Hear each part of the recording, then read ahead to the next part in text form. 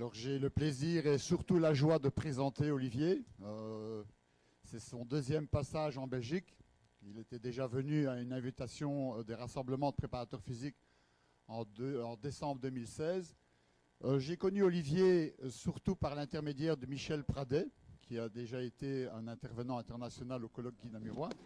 Et Michel a toujours été très élogieux à l'égard d'Olivier, et c'est ça qui nous avait un petit peu motivé et avoir le désir de l'inviter pour un partage avec les préparateurs physiques. Alors la joie de présenter Olivier Morelli, c'est construite, en tout cas en ce qui me concerne, au mois de décembre 2016. D'abord, l'homme, le préparateur physique, a été impressionnant le samedi du 21e rassemblement de préparateurs physiques, par son savoir-faire, par son organisation, par vraiment un petit peu la qualité de son intervention sur le terrain. Mais moi, c'est surtout le soir que j'ai découvert l'homme. C'était sur le marché de Noël à Louvain-la-Neuve. On n'était pas complètement bourré, mais on était un peu catalysé en débandade cérébrale. Et j'ai découvert un homme qui est chaleureux, qui a des valeurs, qui a de l'humanisme. Et ça, c'est très, très riche. Le seul regret, c'est qu'on habite trop loin et qu'on ne sait pas développer ce ciment d'amitié et de compagnonnage. Mais le temps fera son œuvre, j'espère. Alors, pour venir un peu plus à Olivier, il a un parcours évidemment de prof d'éducation physique. Il a fait un master en éducation physique. Pour la partie académique, il est professeur à l'Université de Montpellier. Et cette année-ci, si ça se passe bien, il va terminer sa thèse et présenter sa thèse de doctorat. Alors, pour la partie sportive, il y en a peut-être qui le connaissent déjà. C'est un handballeur de haut niveau. Il a fait partie de l'équipe des Barjots. Prématurément, il a dû la quitter parce qu'il a eu une grosse blessure. Et c'est là qu'il commence tout doucement son cheminement de préparateur physique sur le terrain, en étayant ça au début de sa carrière par un travail sur les sports individuels, karaté, voile. Il est allé à la Coupe de l'Amérique, d'autres sports individuels. Et puis c'est surtout dans les sports collectifs avec le rugby, le foot qui commence. Mais alors il étaye plus son cheminement et il se nourrit plus dans le handball évidemment. Et puis surtout maintenant dans le volleyball avec l'équipe nationale de volleyball. Il n'a jamais trop fréquenté le basket, mais voilà, 4 sports collectifs, c'est pas mal. Donc aujourd'hui, il a également signé un contrat avec l'équipe AG2R, donc il reprend un peu dans le sport individuel, et donc il va s'occuper du vélo également.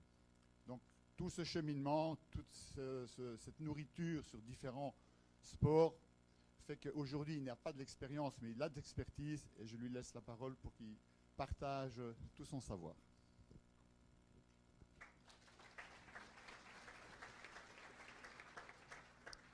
Bon, bonjour à tous. Eric, merci pour ces mots, ça me touche. Je suis ravi d'être là aujourd'hui. Je voulais remercier Boris parce que Boris et Eric, ils m'ont accueilli d'une manière exceptionnelle quand j'étais venu en Belgique et j'en garde un souvenir merveilleux. Et quand je vois tous ces préparateurs physiques, entraîneurs et tout ça, ça me plaît bien. Et je pense que je suis venu aussi ici à double titre parce qu'on va parler du métier. Alors, je vais faire une présentation sur la charge d'entraînement dans le handball et le volley, parce que c'est les deux sports que j'ai le plus pratiqué là, ces dernières années. Mais aussi parce qu'on va pouvoir discuter du métier. Et je suis aussi président de l'association des préparateurs physiques en France. Donc on aura le temps dans ce week-end d'évoquer ça. Et je pense que c'est très important. Eric l'a dit, Boris l'a dit, le recteur l'a dit. Aujourd'hui, on travaille tous, on est sur le terrain, mais on n'a pas de statut. Et il faudra évoquer ce truc-là parce que je pense qu'il est temps d'avancer, de se regrouper et de faire des choses ensemble. Voilà. Donc je suis ravi d'être là et de vous présenter aujourd'hui ce que j'ai fait sur le handball et sur le volley. Alors, rien d'exceptionnel. On se pose toujours des questions. La charge d'entraînement, c'est quelque chose aujourd'hui qui est d'actualité. Sur les 2 premières diapos, vous verrez que c'est en constante évolution. C'est des questions qu'on se pose dans l'entraînement aujourd'hui d'une manière drastique. J'ai juste envie de vous dire qu'on n'a aucune réponse, aucune certitude vraiment établie sur la charge d'entraînement. C'est peut-être même un concept un petit peu, vous verrez tout à l'heure une petite diapo, un petit peu flou, parce que c'est peut-être aussi quelque chose qu'on a du mal à mesurer, à estimer, parce qu'on ne maîtrise pas tout. Et il faut accepter dans l'entraînement qu'on ne maîtrise pas tout, quoi. Donc je vais commencer juste par vous dire que quand on regarde un petit peu la charge d'entraînement, et qu'on établit un petit peu le lien avec le sportif et qu'on va sur des moteurs de recherche parce qu'il faut faire un petit peu de recherche. Il y a des publications qui parlent de champ d'entraînement. Donc quand on fait juste ce petit travail de recherche sur quelques moteurs de recherche un peu connus, eh ben on s'aperçoit que depuis quelques temps, les publications qui parlent de charge d'entraînement sont en constante évolution. Quand on regarde aujourd'hui un petit peu les 10-15 dernières années, on s'aperçoit de toute façon que c'est la clé de tout ce qu'on met en place aujourd'hui pour le sportif. Alors on est tous capables d'appliquer de l'entraînement, mais on recherche en permanence quelles sont les applications. Donc aujourd'hui, si on fait un petit peu, alors ça a été compliqué de le faire sur quelques diapos, mais si on regarde un petit peu l'approche de l'entraînement, on pourrait le résumer par cette approche entre l'application d'une charge d'entraînement et la réponse. Donc c'est cet effet dose-réponse que le sportif va nous renvoyer, quoi. Donc aujourd'hui, on peut se dire que quand on applique un entraînement à un sportif, on lui applique un stress physiologique et il y a des adaptations de ce stress à l'entraînement.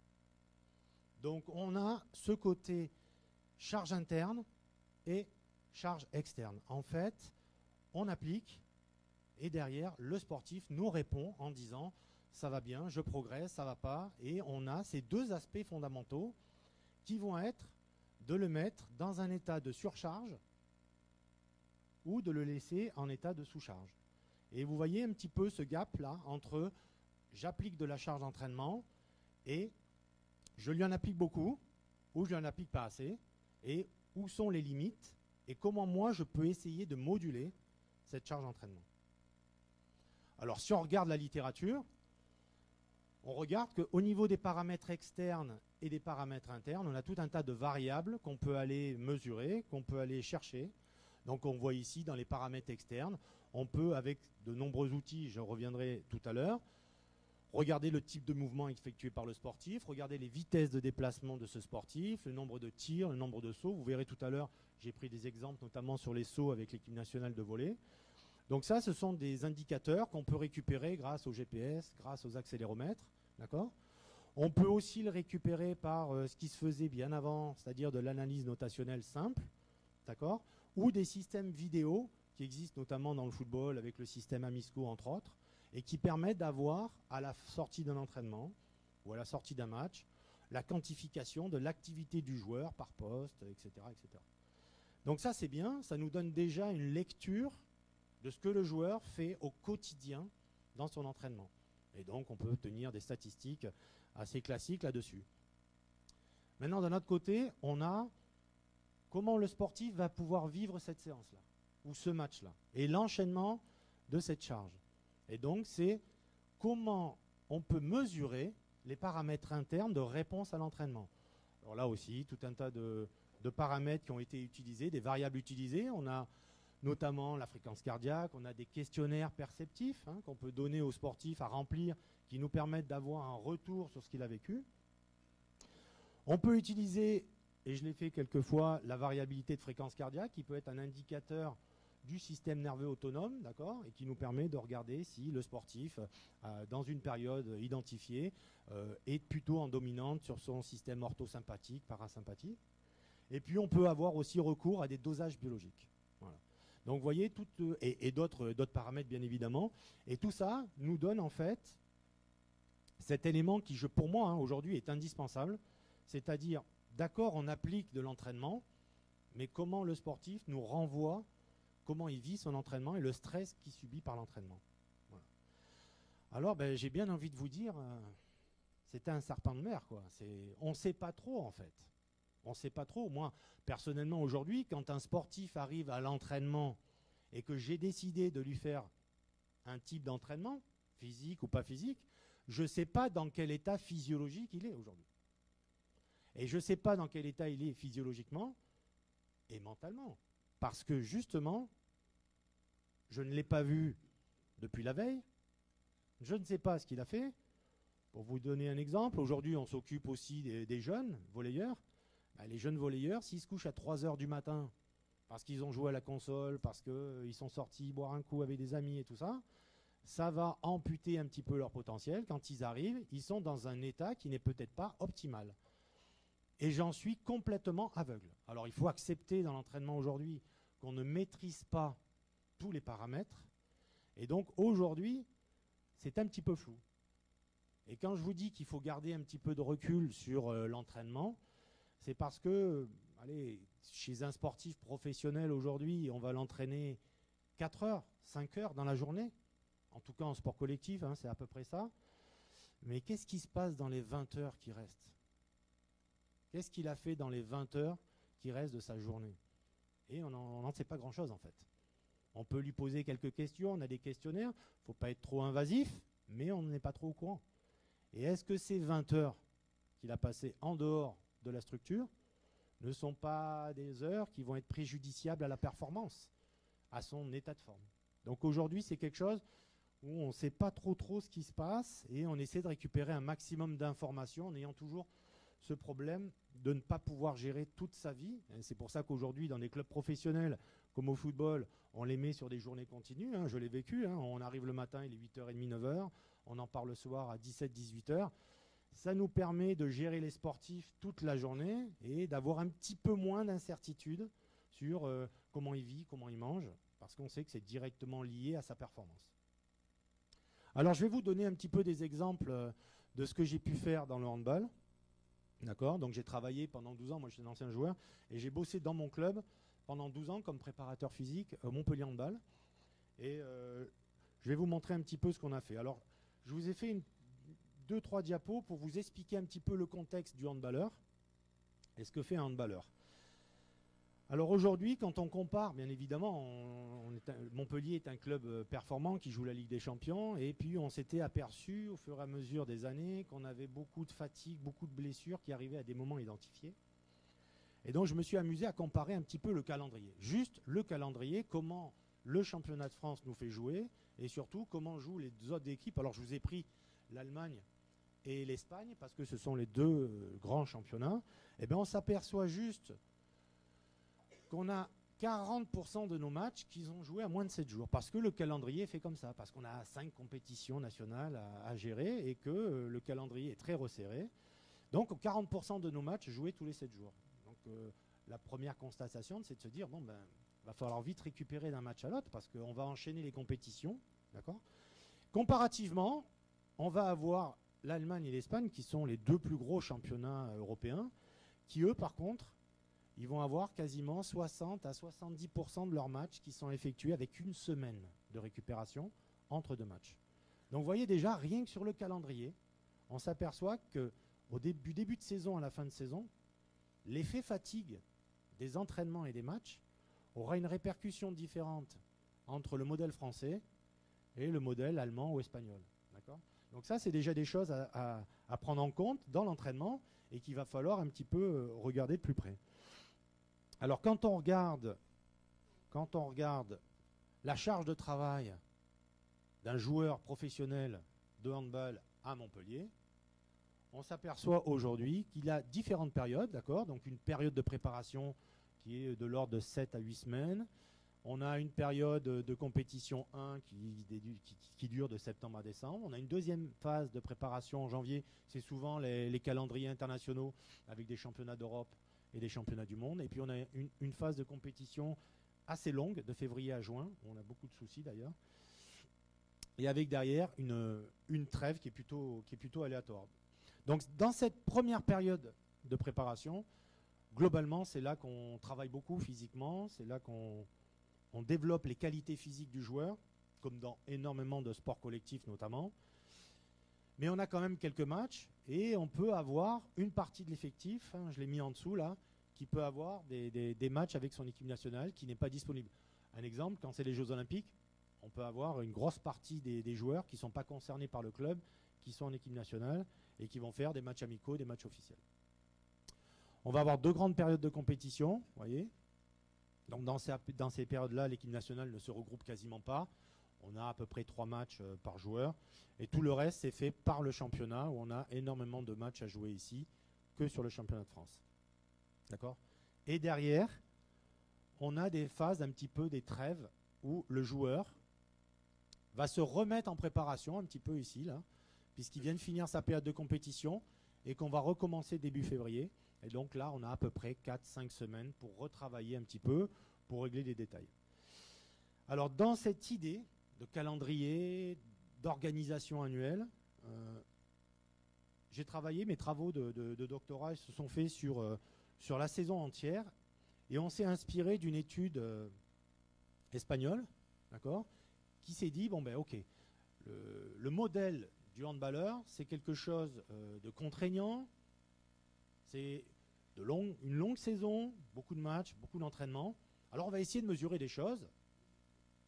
Donc ils se sont intéressés, c'est ici une équipe élite espagnole féminine, et ils ont regardé un petit peu sur différentes périodes ce qui se passait, et ils ont juste compté un petit peu tout ce que les joueuses pouvaient faire dans la saison. Donc ils ont repéré plusieurs périodes, une première période de préparation, une deuxième, une période de compétition et une deuxième période de compétition. À travers ça, ils ont fait des tests en début de saison, ils ont fait des tests après la période de préparation, à la fin de la première période de compétition et à la fin de la deuxième période de compétition. Voilà. Donc ça a été une approche qui a été intéressante, qui nous a beaucoup inspiré, nous, dans la mise en place des travaux qu'on a fait avec cette équipe. Et l'idée, c'était de faire passer des tests et de regarder un petit peu ce qui se passait. Donc les tests, comme vous le voyez ici, hein, ils ont été, c'est des tests de sprint, d'endurance, des mesures plutôt anthropométriques et des tests de puissance. Et ils finissaient par les vitesses de tir au handball qui étaient très intéressantes. Et puis, derrière, ils ont regardé un petit peu ce qui se passait en termes de minutes d'entraînement passées sur le terrain. C'est quelque chose qu'on s'est amusé à faire joueur par joueur tout au long de l'année. Et on a eu de jolies surprises en termes de contenu, puisque au handball, on a quand même une particularité que je trouve un peu dépassée, mais qui est encore bien ancrée, c'est que tout le monde s'entraîne à la même heure chaque jour. Quand l'entraînement est à 10 heures, tout le monde est à l'entraînement à 10 heures. Aujourd'hui, il faudrait peut-être un petit peu faire évoluer les choses, mais pour l'instant, ce n'est pas le cas. Mais malgré que tous les jours, les joueurs soient là, entre les blessures, les adaptations, on s'aperçoit finalement que tout le monde ne pratique pas la même chose sur la même intensité, sur les mêmes temps d'entraînement, et ça crée des décalages au fur et à mesure dans l'année. Donc c'était très, très intéressant de voir ça. Ils ont quand même eu la légitimité de faire un petit peu le comptage du nombre d'entraînements, du nombre de matchs officiels, et de regarder la répartition de l'entraînement. Est-ce que c'était de l'entraînement spécifique? Est-ce que c'était de l'entraînement en force, en sprint, du travail intégré, des matchs amicaux, des matchs officiels, du travail d'endurance, et ce, à toutes les périodes, entre T1 et T2, entre T2 et T3, et entre T3 et T4. Voilà. Donc ça a été une première approche qui a été intéressante dans le handball et qui nous a donné un petit peu l'idée d'aller plus loin et chercher des indicateurs pour essayer d'avancer sur cette charge d'entraînement. Alors je vous présente maintenant juste ce qui se passe au volleyball, ce qu'on a mis en place nous au volley. Donc j'ai la chance depuis, là ça va faire la 6e année, de m'occuper de l'équipe de France de volleyball, qui a traversé pas mal de galères, hein, parce que quand on a récupéré l'équipe avec le staff il y a maintenant 6 ans, c'était la 23e nation mondiale, l'équipe n'avait rien gagné. Aujourd'hui, et je pense que l'entraîneur y est pour beaucoup, il a apporté énormément à cette équipe. L'équipe est 8e mondiale, on a été déjà une fois champion d'Europe, donc beaucoup de choses ont évolué, mais par contre, quand je suis arrivé, j'avais l'impression d'être 20 ans en arrière par rapport ne serait-ce qu'au handball, avec énormément de choses qui manquaient. Alors, on s'est juste posé une question en se disant, mais la charge d'entraînement, comment on va essayer de la gérer? Comment on va essayer de calculer tout ça, en sachant qu'il n'y a pas de recette miracle, pour essayer d'harmoniser les moments de forme, pour essayer de gérer un petit peu les blessures, puisqu'on avait quelques petits soucis de blessures, hein, comme dans tous les sports, quand on pratique le haut niveau, tout en respectant un petit peu la spécificité de l'athlète, hein, par rapport à son poste, ses déficits et tout ça, et puis de réguler tout ça au quotidien, parce que c'est un peu notre rôle, hein, quand on est dans la préparation physique, on doit réguler quotidiennement cette charge d'entraînement. Alors, j'ai lancé, dès que je suis arrivé, sur la première année en fait, j'avais eu la chance d'avoir un petit peu de matériel. j'ai utilisé un système sur lequel on essaiera de faire une publication. C'est pour ça qu'aujourd'hui, l'étude est en cours parce que j'ai un peu arrêté l'écriture et que ça viendra plus tard. Mais globalement, on a équipé 6 joueurs de l'équipe. Hein, j'avais pas plus de matériel à l'époque. 6 joueurs, mais j'ai pu prendre un passeur, un central, un réceptionneur attaquant, un attaquant de pointe et le libéro, donc les postes clés du volet. Et on les a équipés d'un système, alors qui était à la base un système GPS, mais c'est une centrale inertielle où on a désactivé le GPS, puisque comme vous le savez, en indoor, on a un gros souci, c'est qu'on ne peut pas capter le signal GPS. Hein, autant au foot, au rugby, c'est facile, on met des GPS, on récupère, on a les vitesses, on a tout, hein, haute intensité, les déplacements. Autant nous, dans les sports de salle, on a une vraie problématique, c'est que le signal ne passe pas. Donc le signal ne passant pas, il faut trouver des moyens de quantifier l'activité, mais plus par les vitesses de déplacement, mais par les accélérations. D'accord ? En sachant qu'on ne peut pas trouver les distances, c'est compliqué. Mais en tout cas, on s'est amusé à équiper les joueurs pour regarder un petit peu ce qui se passait. On a fait ça pendant la phase de préparation au championnat du monde. Bien évidemment, on n'avait pas le droit de la mettre pendant les championnats du monde. J'aurais bien aimé, mais ce n'était pas possible. Donc, juste un petit rappel pour vous dire que ce système nous donnait différentes informations. Donc, le player load, qui est pour eux, en fait, un algorithme de calcul de la charge d'entraînement qui vient d'être validé, là, récemment par une publication, notamment sur le capteur S5. Et puis, on avait, alors, il donne un équivalent distance qui est complètement farfelu, mais en tout cas, il le donne quand même. Et on a des accélérations, nombre d'accélérations, on peut quantifier la quantité de déplacement, on peut quantifier le nombre de sauts, de changements de direction. Donc, juste à travers ces mesures, on a commencé un petit peu à regarder ce qui se passait sur un terrain. D'accord ? Donc là, vous regardez ici, on était sur des matchs effectués. Donc, on a renvoyé ça par heure d'opposition parce qu'on s'était dit que pour les entraîneurs, parce qu'au final, tous ces travaux-là, c'est pour donner des billes aux entraîneurs, on s'était dit, on va essayer de renvoyer ça par heure. Parce qu'un entraîneur, il va se dire, je vais faire 1 heure, 1 heure et demie, 2 heures d'entraînement. Ben, qu'est-ce que ça donne quand je vais faire 2 heures d'entraînement dans cette thématique-là, à ce poste-là? Et ça nous permettrait de commencer un petit peu à quantifier la charge d'entraînement. Bon, comme vous pouvez voir ici, on a le passeur, le réceptionneur attaquant, le central, le libéro et l'attaquant de pointe. Et ça nous donnait des indications, d'accord, de player load à l'époque, sur les différents postes de jeu. Donc là, sur 1 heure d'opposition, on voyait bien que le réceptionneur attaquant et l'attaquant de pointe étaient le plus sollicités en termes de player load. Quand on regarde les accélérations à haute intensité, puisque au final, c'est ce qui nous intéresse un petit peu plus que toutes les accélérations, voilà ce que ça donne, sans surprise bien évidemment par heure d'opposition. On a le libéro, hein, qui est le joueur qui ne saute pas, qui n'attaque pas, mais qui défend prioritairement sur tous les ballons derrière, qui se déplace énormément et qui a une grosse activité, beaucoup plus que les autres, et bien marqué là-dessus.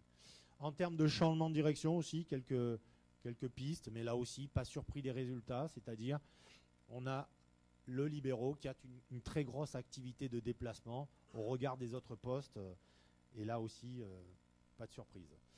Pour finir, pour les sauts, bien évidemment, et là vous allez voir tout à l'heure, puisqu'on a changé de matériel depuis pour aller analyser tout ça, pour les sauts, on a le passeur ici, qui était vraiment au-dessus, et puis d'autres postes un peu moins marqués, avec bien sûr le libéro qui ne saute quasiment jamais, d'accord ?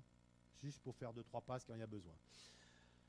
Donc ça a été une première étape qui a été menée il y a maintenant 4 ans, 3 ans et demi, 4 ans.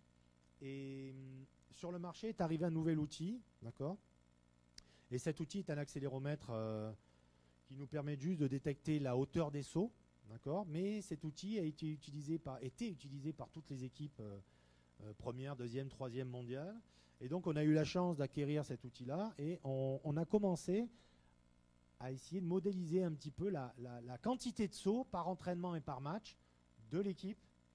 Donc ça, c'est des résultats qui datent de cet été, de l'été 2017 avec l'équipe. Donc on s'est amusé à compter combien de sauts étaient effectués par l'équipe, par entraînement et par match, et de faire un suivi, tout ça. Alors, je vais vous le commenter un petit peu. Bleu, tout ce qui est bleu, ce sont des entraînements. Tout ce qui est orange, ce sont des matchs. Et quand vous voyez 2 chiffres ici, c'est qu'il y a eu un entraînement de matin, un entraînement qu'on a été en bi-quotidien, d'accord. Ça, c'est aussi des choses qui sont bien ancrées dans le volleyball, où même le matin du match, il y a un entraînement qui peut être des fois un peu conséquent. Et donc, comme vous pouvez voir, on a une évolution du nombre de sauts de l'équipe. Hein. Pourquoi les sauts? Parce que les sauts, aujourd'hui, ça représente les actions les plus rencontrées dans le volley. Il y a quand même un filet, il faut passer le ballon par-dessus. On a des gens qui sautent, donc il y a quand même des déplacements. Mais ce qui nous intéressait, c'était de regarder un petit peu l'activité numéro 1 du volleyeur, qui est le saut, et de suivre un petit peu ça. Juste pour vous faire un parallèle, quasiment toutes les blessures qu'on peut avoir aujourd'hui au volleyball sont des blessures liées justement au saut. Que ça soit à l'impulsion ou à la réception. Vous savez très bien qu'on a des pics de force, hein, d'impulsion et de réception. Aujourd'hui, c'est ça qui nous coûte le plus en blessure, que ça soit sur le genou ou sur le dos. Et donc, on a dit, bon, ben, si c'est les blessures récurrentes qui reviennent, on va essayer de faire en sorte de mesurer les sauts des joueurs pour pouvoir réguler un petit peu les entraînements. Donc là, vous voyez, sur le volley, ce n'est pas la distance à haute intensité parcourue, mais plutôt le nombre de sauts par entraînement. Alors, on commence un petit peu à utiliser le matériel pour essayer de quantifier la charge d'entraînement et justement pour essayer de regarder l'investissement. Parce que compter le nombre de sauts pour une équipe ou pour un joueur, c'est bien, mais on a besoin d'aller un petit peu plus loin. D'accord ?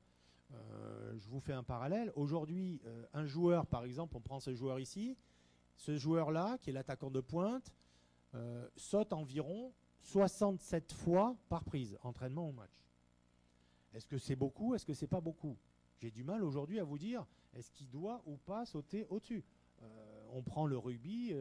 Aujourd'hui, dans le rugby, quasiment tout le monde utilise le ratio de Gabet. Quand on est en dessous de 0,8 ou au-dessus de 1,5, on va faire sortir le joueur en disant qu'il a trop couru, etc. etc. Soit dit en passant, je trouve ça un petit peu borderline. Est-ce que quelqu'un qui a un potentiel athlétique est capable de courir plus longtemps qu'un autre, c'est pas parce qu'il a 1,6 qu'il faut absolument le sortir. Donc là aussi, je suis en train de me poser des questions par rapport à l'utilisation des sauts. Qu'est-ce que je vais bien pouvoir faire de ça? Il saute 67 fois. Est-ce que quand il saute 112 fois, c'est une charge d'entraînement trop importante? Ou est-ce qu'il a le potentiel athlétique d'encaisser cette charge d'entraînement? Voyez? Donc on est en train de creuser des pistes un petit peu par rapport à ça. Alors vous voyez, je me suis amusé juste à faire un petit jeu là, regardez. Ça, c'est la hauteur moyenne de ces sauts. Donc sur tous les sauts que vous avez ici, la totalité de ces sauts, il est à 71,1 cm de moyenne. D'accord? Le capteur, lui, prend tous les sauts. Hein. Il prend le saut de service où il décolle quasiment pas, et il prend le grand saut d'attaque où, pour le coup, ici, il atteint 105 cm avec élan. Hein. D'accord? Donc, s'il est à 71,1 cm de moyenne sur une performance maximale de 105, ça veut dire que sur chaque saut, j'ai une utilisation du joueur à 67,7% de son potentiel. Là, ça commence à me donner des indications pertinentes sur le suivi de sa charge d'entraînement. Je me suis amusé à faire ça, je ne vous ai pas tout présenté ici, je me suis amusé à faire ça sur tous les joueurs. Eh ben, j'ai eu de belles surprises. C'est-à-dire que je vais avoir des joueurs ici qui vont être à 70-72% d'investissement sur chaque saut, et j'en ai qui ne sont même pas à 50%. Donc là, la question se pose, on est à notre place de préparateur physique, quand on voit des joueurs qui sautent à 75% de leur potentiel sur chaque saut, et d'autres à 45 ou 50% de leur potentiel, est-ce que ça, ce n'est pas des choses qui nous permettraient de réguler l'entraînement et qui pourraient expliquer des répartitions différentes de manière quotidienne ou hebdomadaire? D'accord? Donc ça, c'est des pistes sur lesquelles on est en train d'aller avec le volley parce qu'on commence à avoir des indications. Alors, je voulais un petit peu aller plus loin. Aujourd'hui, c'est bien, on mesure, et je vous l'ai dit en amont hein, pour rapidement vous remettre ça en tête. Ok, je compte le nombre de sauts, je compte les kilomètres parcourus, je compte tout ça. Ça, c'est de la charge externe. Mais comment vit mon athlète les entraînements que je lui propose? C'est-à-dire quand mon athlète ici a fait 112 sauts ou 47 sauts, comment il a vécu cette séance-là? Comment on peut essayer d'extirper des indicateurs pour dire ça lui a coûté beaucoup, pas beaucoup, moyennement, et de pouvoir suivre ces indicateurs-là. Alors, aujourd'hui, j'ai bien envie de vous dire qu'il n'y a aucun marqueur unique, fantastique, et qui vous permettrait de dire, voilà, il est blanc, il est rouge, je le sors, je le garde. Donc, il y a quelques outils aujourd'hui, on en a parlé tout à l'heure, hein, la variabilité, la fréquence cardiaque pour certains. Aujourd'hui, moi, j'ai un outil que j'aime bien, que j'utilise assez régulièrement, et on commence à avoir des choses qui arrivent aujourd'hui sur le marché, on pourra en parler tout à l'heure. Ce sont des logiciels qui vous aident un petit peu à quantifier tout ça. Alors, il faut faire très attention parce que j'ai été en contact avec beaucoup. De temps en temps, c'est juste du RPE. Hein. C'est-à-dire, vous rentrez 60 minutes, vous mettez 7 sur 10 et puis vous multipliez ça et vous dit voilà la charge d'entraînement en unité arbitraire. C'est déjà bien, mais c'est très limité.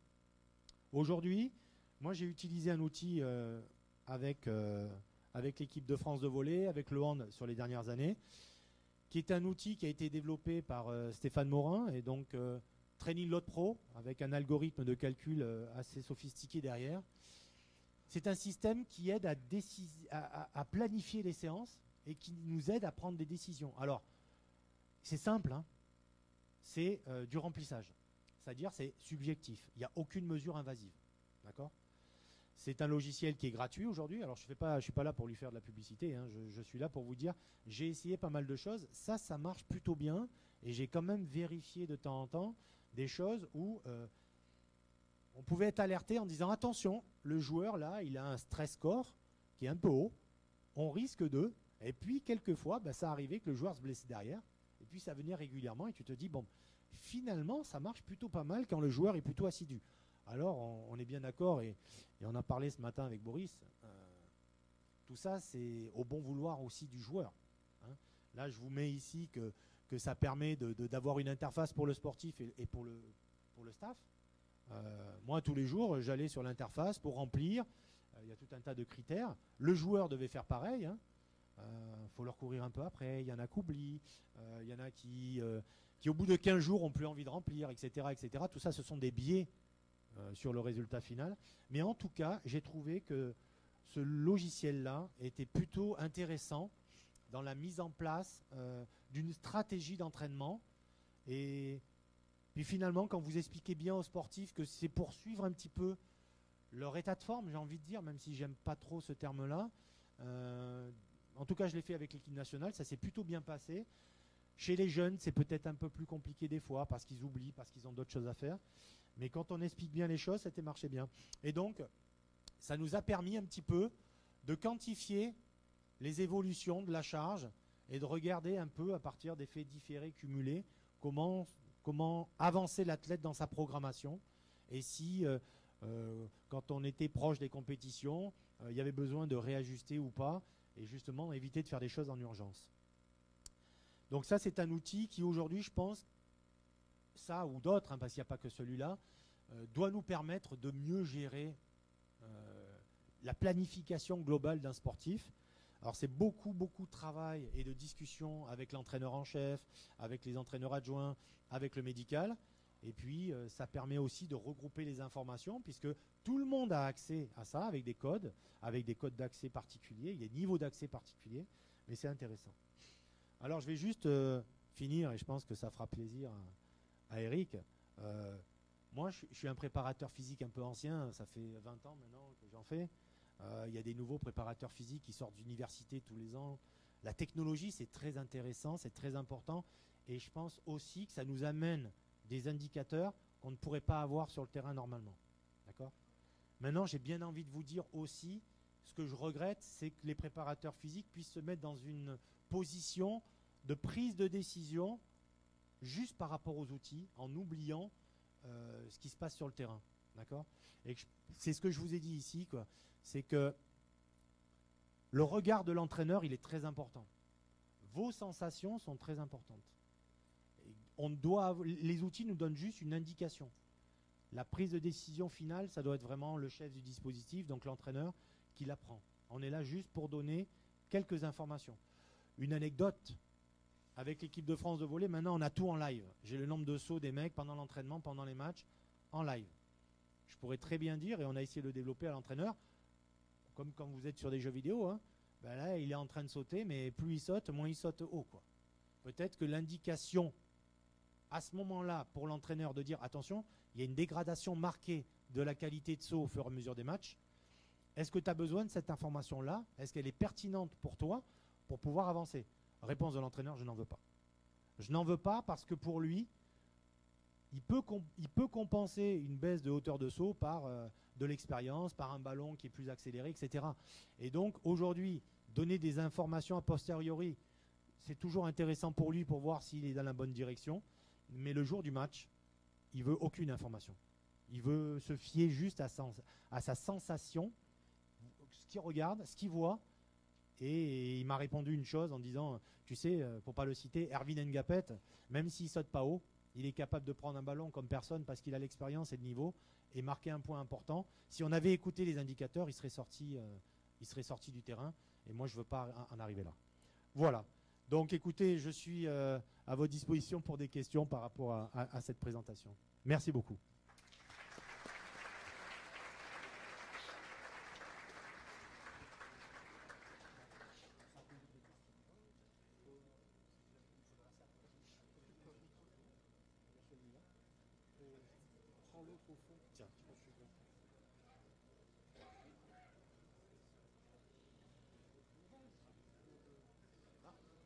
Voilà. 1, 2, ok. Bien, merci beaucoup Olivier pour cette présentation passionnante, très intéressante. Ton concept, ta remarque sur la hauteur de saut à un moment donné et sur l'intérêt réel finalement de définir une hauteur de saut qui pourrait être une surcharge ou un nombre de sauts qui serait une surcharge est vraiment très intéressant dans le sens où effectivement quelle est la capacité de l'individu à tenir cet entraînement-là et ça malheureusement on ne sait jamais. C'est extrêmement compliqué, c'est seulement en passant du temps avec le sportif, en le connaissant vraiment de manière profonde que l'on peut répondre à ce genre de questions-là. Et là, je crois que les outils ne permettent pas de répondre à ces questions-là. On va laisser un temps de parole avec l'auditoire. Et donc, s'il y en a qui ont des questions, levez la main bien haut et on va vous donner un micro de façon à poser la question de manière claire à Olivier. La parole est à vous.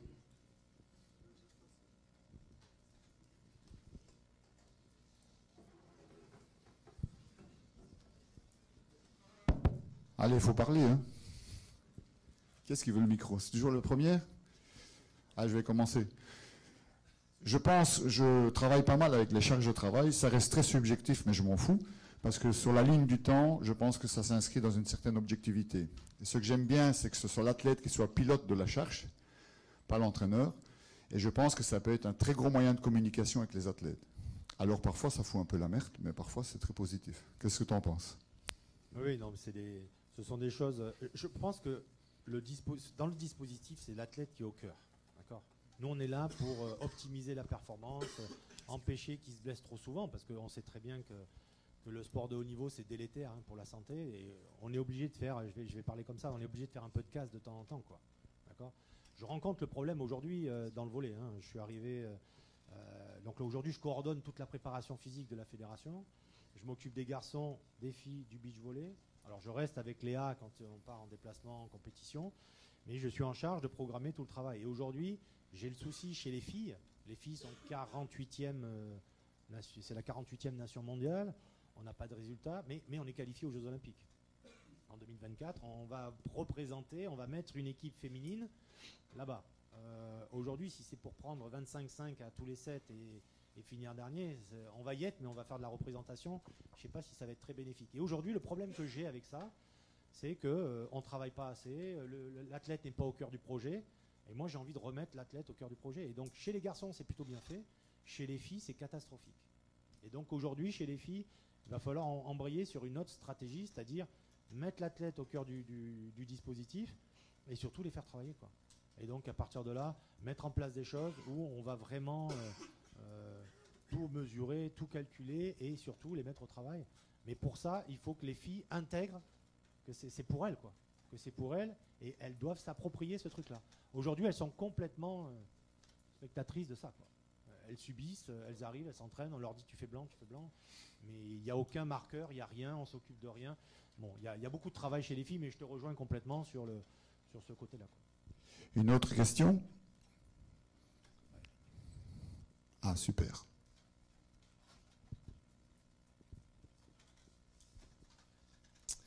Bonjour. J'ai eu la chance d'avoir Monsieur Morin comme professeur, et du coup, sa vision de l'entraînement, lui, il pensait qu'il fallait s'entraîner plus, mettre plus de charges, parce que nos sportifs français ne s'entraînaient pas assez. Qu'est-ce que vous en pensez? Stéphane est quelqu'un que je connais très bien, mais je le rejoins à 100%. Regardez aujourd'hui le principe même d'affûtage dans l'entraînement. Si on prend juste ça, par exemple. Qu'est-ce qu'on vous dit dans l'affûtage? Surtout pas toucher l'intensité. Il faut surtout pas toucher l'intensité. Il faut baisser les volumes d'entraînement parce qu'à un moment donné, l'entraînement crée de la fatigue. On développe de l'aptitude et en même temps on développe de la fatigue. Et aujourd'hui, il faut garder l'intensité. La première erreur de l'entraînement, mais je pense ça vraiment depuis longtemps, c'est qu'en fait, on pense qu'il faut baisser l'intensité, alors parce que ça va blesser le joueur, parce que ça va le fatiguer. Non, il faut baisser le volume total. C'est-à-dire que si on s'entraînait 2 heures, il faut s'entraîner 45 minutes. Mais il faut garder l'intensité. J'ai fait une intervention à la fédération de la Fédération française de rugby en 2011 ou 2012, parce qu'ils me demandaient d'intervenir justement un petit peu sur ces paramètres-là. Et je leur ai dit, il y a quelque chose qui me choque chez vous. J'ai dit, alors que nous, au handball, on ne le vivait pas du tout comme ça, on était à l'inverse. Vous êtes dans la majorité des cas dans l'entraînement, bien évidemment pour protéger le joueur, où on s'entraîne à basse intensité. On vient se toucher, on libère un ballon, ça va tout doucement, mais ce n'est pas de l'entraînement à haute intensité. Mais quand on arrive en match, qu'est-ce qui se passe? Quand on arrive en match, on ne sait plus travailler à haute intensité, on ne sait plus faire une bonne passe dans les mains à bonne vitesse, parce que vous avez un Sud-Africain qui arrive pleine balle sur le côté, et là, vous ne savez pas comment gérer. Donc l'intensité, il faut le garder dans l'entraînement. Et l'entraîneur aujourd'hui, il y a des fois, il prend l'initiative de garder ses entraînements, mais de dire, bon, on va le faire tout cool, ça va être tranquille. Non, c'est une erreur. Il faut garder les intensités. Et avec Stéphane, on avait travaillé au club de Montpellier la dernière année, et on voyait bien quand l'intensité baissait, on mettait en danger les joueurs. Et pour le coup, c'était un peu l'exemple de tout à l'heure, on s'apercevait finalement que les joueurs se blessaient quand il y avait moins d'intensité. Donc aujourd'hui, je prône l'intensité, mais par contre, il faut savoir que cette intensité-là, alors sans aller blesser les joueurs sur des contacts, parce qu'il y a des activités où il y a beaucoup de contacts, au volley, j'ai moins ce souci-là. Je leur dis souvent, c'est un sport un peu bizarre, là, il y a un filet, il n'y a pas de contact, j'ai pas trop l'habitude, mais il faut garder de l'intensité. Donc après, voilà, faut réduire un peu son volume quand il y a des soucis, mais l'intensité, il faut la garder. Et je pense que c'est la clé aujourd'hui de la performance. Mais pour faire passer ce message à un entraîneur, c'est pas facile. Hein. C'est pas facile. Hein. Voilà. Ici une question, peut-être se présenter juste une fois juste avant de parler. Merci. Oui, bonjour, merci beaucoup. Michael Van Kutsen de l'équipe nationale de hockey, enfin anciennement. Et donc pour répondre à l'intensité, nous, les programmes, ils nous donnaient tout le temps surcharge. Donc dans tous les entraînements qu'on avait, les GPS disaient, voilà, vous êtes au-dessus de la valeur demandée. Et donc grossièrement, en fait, ils nous conseillaient tout le temps de ne plus s'entraîner. Et donc je pense que c'est extrêmement spécifique à chaque sport et que chaque sport doit encore expérimenter ses propres données. Et ma question par rapport aux données que vous avez, est-ce que vous les affichez de manière publique, par exemple dans la meeting room ou dans la restroom des joueurs, en disant, ben voilà, un tel a couru moins que d'accoutumé, ou une telle a effectué plus de sprints qu'une autre sur la même position? Alors, on s'est beaucoup posé la question. Là, on a fait une réunion de travail pour préparer la prochaine saison. On faisait ça, et ça n'a pas été pertinent, et on va l'arrêter. En fait, on mettait les joueurs, ils prenaient le réflexe de venir même à la sortie de l'entraînement pour regarder qu'est-ce qu'ils avaient fait, combien. Et c'était presque un jeu concours, en fait. Et c'est pas le but, quoi. Et c'est pas le but. Le but, c'est et c'est un peu qu'on disait tout à l'heure, c'est pas parce que tu en fais plus que tu as fait un meilleur entraînement. Donc la compétition, il n'y a pas de compétition. C'est quoi les besoins? C'est quoi l'objectif de ma séance? Il y a peut-être dans une séance où certains postes de jeu vont être plus sollicités. Est-ce que ça veut dire qu'ils se sont mieux entraînés? Le problème, c'est que les joueurs font des raccourcis. Donc on va arrêter. On le faisait, on affichait tout. les résultats et tout ça. Et on va tout arrêter en fait. Ils n'auront plus accès aux informations parce que pour l'instant, nous, on a juste besoin de gérer en fait la semaine et la programmation. Mais au final, pour eux, c'est plus un défi. Ah, j'ai fait plus que toi. Alors que c'est pas du tout ça. On n'est pas dans le plus, quoi. On est dans le mieux, quoi. Une question de Jacques. Merci pour votre très brillant exposé. Mon nom est Jacques Duchâteau, je suis professeur à l'Université de Bruxelles. Alors, je suis tout à fait d'accord avec vous sur l'aspect qualitatif à intensité, parce que c'est vrai qu'on a fort évolué sur l'aspect quantitatif, la charge de travail finalement au travers de cette augmentation. Mais je me demande aussi s'il ne faudrait pas aussi penser à l'efficacité, rendement des exercices que l'on réalise, parce qu'on fait beaucoup d'exercices qui finalement ne donnent pas un bon transfert vers la discipline sportive, et il y a là une fatigue complémentaire, un surentraînement, un risque de surentraînement à ce niveau-là, et donc de penser aussi à cette efficacité rendement des entraînements. Ouais, je suis complètement d'accord avec vous. J'ai quelqu'un qui m'a beaucoup appris dans ce métier qui s'appelle Michel Pradé, que vous devez connaître, et qui m'a toujours dit, Olivier, il y a beaucoup de qualités physiques et athlétiques, technico-tactiques, mais s'il y a une qualité qui prédomine, c'est l'adresse, et que c'est le rendement, quoi.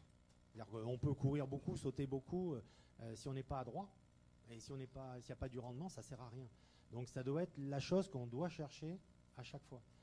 Donc dans tout ce que j'essaie de faire, en tout cas je l'avais fait beaucoup au handball, à travers mon mémoire de master notamment, c'était le rendement, c'était ne compter tout ça que dans le rendement et quand ça marche, quoi. Parce qu'au final, sauter haut, courir vite ou courir longtemps, tout ça n'a de sens que si je suis performant et s'il y a du rendement. Autrement, ça ne sert à pas grand-chose. Je suis complètement d'accord avec vous. Une dernière question ? Oui, bonjour, je suis au dernier rang, voilà.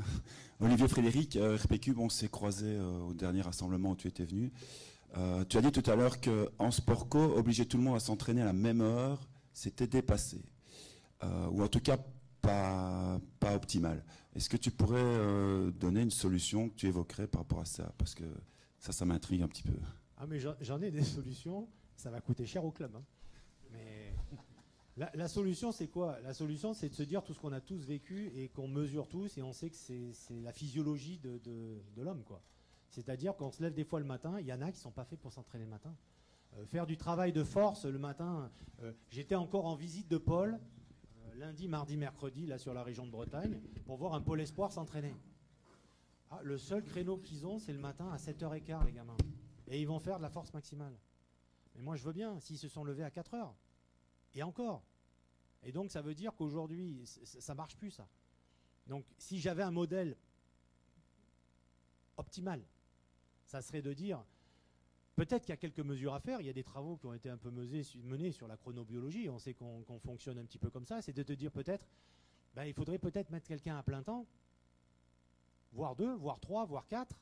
Il y a des fois on galère pour être un préparateur physique quelque part, peut-être que là il faudra en avoir plusieurs, et faire tourner, puisque c'est des joueurs professionnels, c'est de les faire tourner en disant, on a peut-être mesuré que toi c'est plus intéressant que tu ailles t'entraîner l'après-midi, mais le matin tu n'y vas pas. Le matin, tu fais autre chose, plutôt des apprentissages technico-tactiques. Il y a des choses, il va falloir évoluer. J'ai passé 12 ans dans le club de Montpellier où l'entraîneur, quand je lui disais ça, il me disait « Mais non, mais on se retrouve tous le samedi soir à 20h pour jouer. On doit être tous à l'entraînement à la même heure toute la semaine. On est une équipe et on avance en équipe. » Le rugby a un petit peu avancé. Moi, j'ai bossé 3 ans dans du rugby il y a longtemps maintenant. Ils étaient en top 16 à l'époque. En rugby, jusqu'au mercredi, les joueurs, ils se croisent, hein. Les premières lignes, tout le monde s'entraîne en décalé, quoi. Et ils viennent en fin de semaine pour faire le collectif. Alors, est-ce que c'est bon, est-ce que c'est pas bon par rapport à cette notion-là? Ils le font plus parce que l'effectif est vraiment nombreux. Mais au final, je pense qu'il faudrait s'intéresser à l'individu et pouvoir dire à quelqu'un, bon, on a détecté là qu'il y a des gens qui vaut mieux qu'ils s'entraînent le matin, l'après-midi. Aujourd'hui, on met tout le monde dans le même sac et ça, c'est pas terrible, quoi. Mais je vais même aller plus loin, même pendant les congés. Même pendant les congés. Est-ce qu'on met tout le monde en congé en même moment? Ou est-ce qu'on fait des rotations? Par contre, ça veut dire que les préparateurs physiques, lui, il est du matin au soir, il n'a pas de congé, etc., quoi. Ou alors, on est plusieurs. Le problème, c'est qu'aujourd'hui, on est souvent qu'une personne. Alors, il y a des clubs pro au foot ou au rugby où il y a beaucoup de préparateurs physiques, 2, 3, 4, voire 5, 6. Ça, c'est du luxe. Maintenant, dans la plupart des sports, on ne rencontre pas ça. J'y crois, mais c'est difficile à mettre en place, quoi. Voilà. Merci Olivier. Je crois qu'on peut l'applaudir.